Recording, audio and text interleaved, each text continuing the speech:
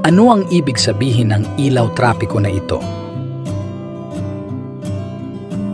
Sagot: huminto bago dumating sa stop line. Kailan ka dapat mag-signal kung ikaw ay liliko pa kanan? Sagot: bago lumiko. Ang angkop na senyas kung liliko sa kaliwa ay? Sagot: ang braso at kamay ay nakaunat pa kaliwa. Ang panuntunan sa right of way ay nagbibigay ng? Sagot: C.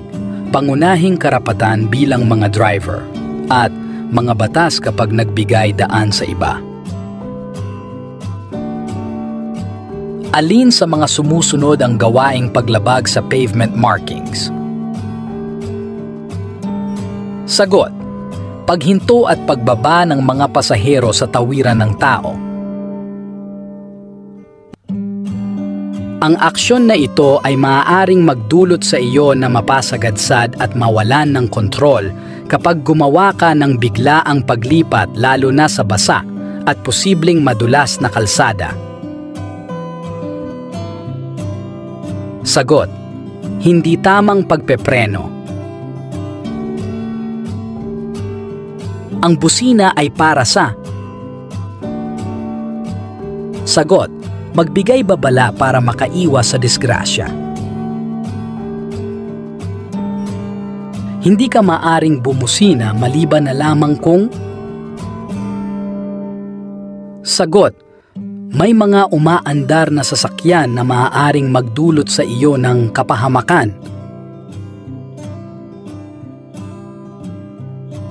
Ayon sa RA 10-666, ang bata ay maaaring sumakay sa motorsiklo kung siya ay nakasuot ng standard protective helmet, komportableng naaabot ng mga paa ang standard foot peg, at sagot: nakakayakap ng 360 degrees sa baywang ng driver. Kapag ginagamit ang pangunahing batas sa bilis bilang gabay, ang pagpili ng bilis ay nakadepende sa? Sagot: C. Bilis ng sasakyan na minamaneho at kasanayan ng driver. Ano ang ibig sabihin ng pavement marking na ito? Sagot: gilid ng kalsada. Paano ka naaapektuhan ng alak? Sagot: pinapababa nito ang iyong konsentrasyon. Totoo ba na ang di kumikilos na pulang trapikong ilaw ay nangangahulugang dapat kang huminto hanggang ang sangandaan ay maging maaliwalas para magpatuloy? Sagot: hindi totoo. Ang sasakyan ay nakaparada kapag? Sagot: ang sasakyan ay hindi gumagalaw habang patay ang makina. Ano ang ibig sabihin ng isang paunang babala na may reles ng tren? Sagot: upang balaan ng mga motorista na may reles ng tren sa unahang bahagi ng kalsada. Habang nagmamaneho, gusto mong lumiko pa kaliwa sa minor na kalsada. Paano ang gagawin mo? Sagot: huwag magmadali at ayusin lamang ang paglipat. Ayon sa RA 10666, alin sa mga sumusunod ang nagbabawal sa driver na mag-angkas ng bata? Sagot: kung ang itinakdang bilis ay higit sa 60 kilometro kada oras. Ano ang nararapat mong gawin kung nakasabay mo ang sasakyang pangkagipitan gaya ng ambulansya, Fire truck, sasakyan ng pulis sa kalsada na sumisirena. Sagot: magbigay ng daan sa pamamagitan ng paglipat sa kaliwa o gilid na bahagi ng kalsada depende sa kalagayan. Ang bilis ng pagmamaneho mo sa gabi ay dapat nakadepende sa? Sagot: C.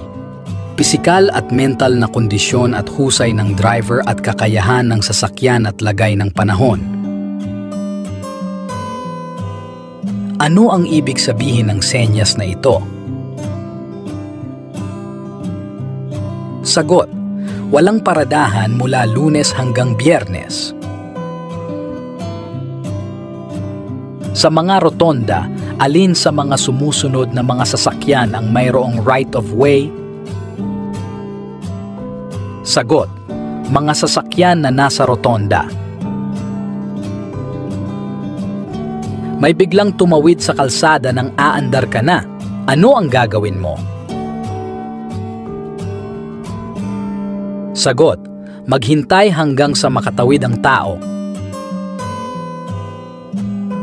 Ang paglipat ng linya sa sangandaan ay? Sagot: hindi ligtas. Ano ang dapat na kulay ng blinkers para sa mga mahahabang sasakyang mababagal ang takbo? Sagot: dilaw.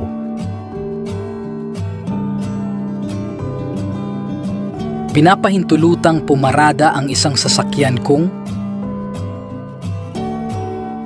Sagot: lampas 4 na metro sa boka insendio o fire hydrant. Ang traffic sign na no parking ay nangangahulugan na. Sagot: maaaring huminto sandali upang magsakay o magbaba ng mga paninda o pasahero at hindi dapat na nakakasagabal. Alin sa mga nabanggit ang hindi nililimitahan ng bilis ng takbo? Sagot: mga doktor o kanilang driver na tutugon sa emergency. Hindi ka dapat gumamit ng mobile phone habang nagmamaneho ng motorsiklo dahil? Sagot: ito ay ipinagbabawal ng batas at nakakasagabal ito sa iyong atensyon habang nagmamaneho. Ano ang ibig sabihin ng dilaw na ilaw pantrapiko na kumukurap-kurap? Sagot: bagalan ang takbo at magpatuloy kung walang panganib. Saan mo makikita ang senyas trapiko na ito? Sagot: sa pook tawiran ng paaralan. Ang sasakyan sa harapan mo ay nagdidilaw na ilaw. Ang ibig sabihin nito ay? Sagot: mabagal na paggalaw.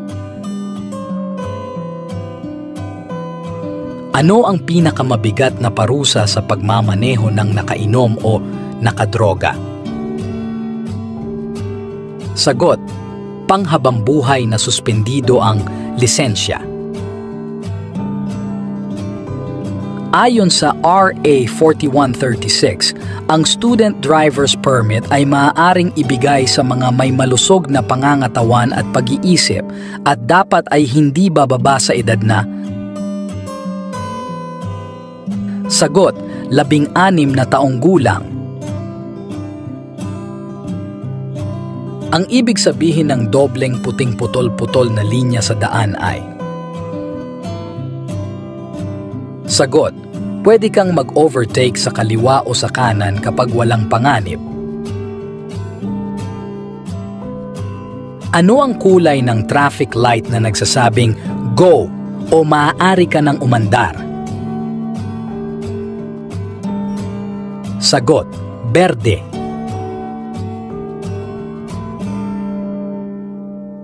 Ano ang dapat na haba ng saddle box o bag?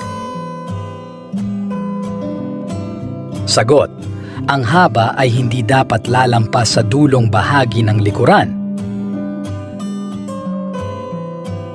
Maaari kang mag-overtake sa highway kung ito ay may 2 lane na may. Sagot: putol-putol na puting linya. Sa anong pagkakataon maaaring pumarada sa harap ng pasukan ng ospital? Sagot: C.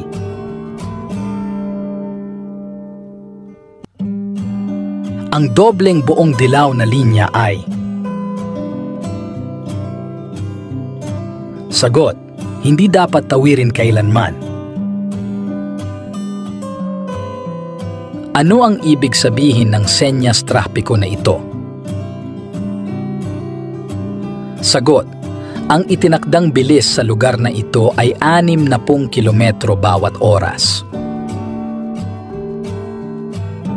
Ayon sa batas, ano ang dapat mong gawin sa sandaling makarating sa isang interseksyon na may senyas na huminto? Sagot: huminto at dumiretso kung ligtas na itong gawin. Ano ang nararapat mong gawin kung ikaw ay papasok sa lugar na maraming ginagawang kalsada na pansamantalang ipinagbabawal ang pag-overtake? Sagot: sundin ang senyas ayon sa nakasulat. Upang makatulong sa pagbawas ng polusyon sa hangin, ano ang dapat mong gawin sa iyong preno?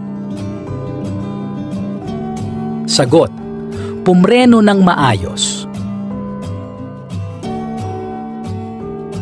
Ano ang gagawin mo kung ikaw ay paparating sa interseksyon at ang ilaw pantrapiko ay naging dilaw mula sa kulay na berde? Sagot: tumigil bago ang interseksyon o bago ang linya sa paghinto. Ano ang ibig sabihin ng parisukat o parihabang traffic sign na may asul o puting ilaw? Sagot: tandang nagbibigay kaalaman. Sa krus na daan, walang mga babala o marka sa kalsada. May 2 sasakyan na paparating. Alin ang mas may prioridad? Sagot: wala.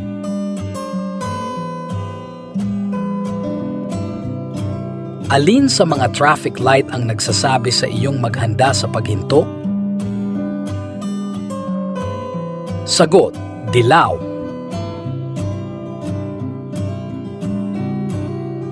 Kapag papalapit sa isang crosswalk o linya ng taong naglalakad, dapat kang. Sagot: huminto at maghintay sa taong naglalakad. Ano ang dapat mong gawin kung nais mong bagalan ng takbo o huminto? Sagot: tapakan ng bahagya ang preno upang umilaw ang brake light. Kung kailangan mong magsuot ng salamin sa mata upang makakita ng malinaw, kailan mo dapat ito isuot kung ikaw ay magmamaneho? Sagot: sa lahat ng oras. Kung ito ang plaka ng iyong sasakyan, kailan mo dapat i-renew ang rehistro upang maiwasan ang multa? Sagot: hanggang sa huling linggo ng ika-4 na buwan ng taon. Ang paggamit ng mobile phone habang nagmamaneho ay delikado at. Sagot: ito ay labag sa batas maliban na lamang kung ginagamitan ng hands-free device. Kung higit sa isang driver ang dumating sa 4-way stop, sino sa kanila ang may karapatan sa daan? Sagot: ang driver na unang dumating ang siyang unang dapat na umandar. Ang panglikong signal na ilaw ay dapat gamitin kapag.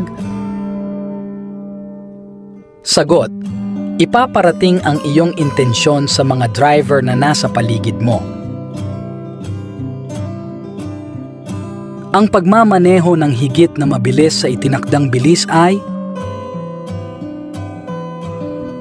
Sagot: ito ay ipinagbabawal ng batas maliban na lamang kung may emergency. Ang traffic sign na ito ay nagsasabing magbigay ng karapatan sa daan. Sagot: baligtad na tatsulok. Ang traffic signs na nagbibigay ng impormasyon tungkol sa mga batas at regulasyong pantrapiko na kung hindi papansinin ay ituturing na paglabag ay tinatawag na. Sagot: regulatory signs. Kailan mo dapat suriin ang level ng langis ng iyong makina? Sagot: bago ang mahabang lakbayin.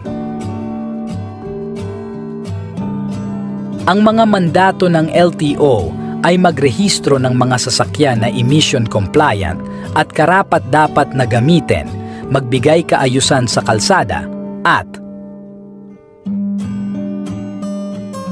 sagot: bigyan ng lisensya ang mga dekalidad na driver.